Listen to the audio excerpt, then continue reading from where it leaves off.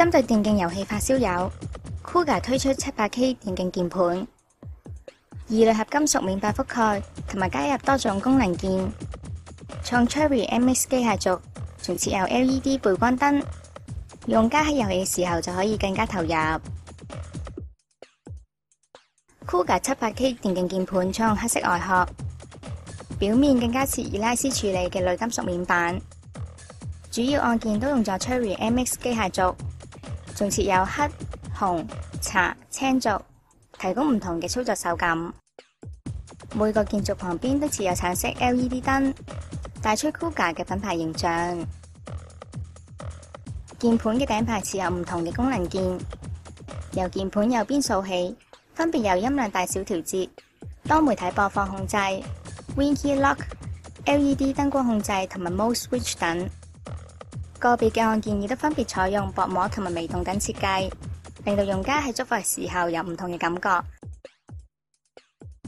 700K 嘅左邊以並列方式加入一組 Gaming Key， 另外一組就設喺 Space 鍵，可以通過電腦進行編程，將唔同嘅按鍵製成巨集，再寫入唔同嘅 Gaming Key 裏面。喺遊戲時候，只要一按就可以將一連串嘅指令輸出。喺左上方設有 M1 至到 M3 三組按鍵，可以切換唔同模式用作 Gaming Key 指令。Kuga 700K 提供 USB 界面嘅 N-Key Rollover 防衝突功能，仲設有唔同嘅 Repeat Rates 選擇，控制用家長按嘅時候傳送指令嘅頻率。同時 Kuga 特別喺鍵盤後面加設 Audio 接口，透過鍵盤嘅 USB 線材連接電腦，旁邊亦都有一組 USB 接口。對於部分內建音效卡嘅 USB 電競耳機亦可以使用。大多數用家都會長時間使用鍵盤，所以 Kuga 喺鍵盤下方位置加裝咗一組手腕承托，另外亦都可以貼上特製軟墊，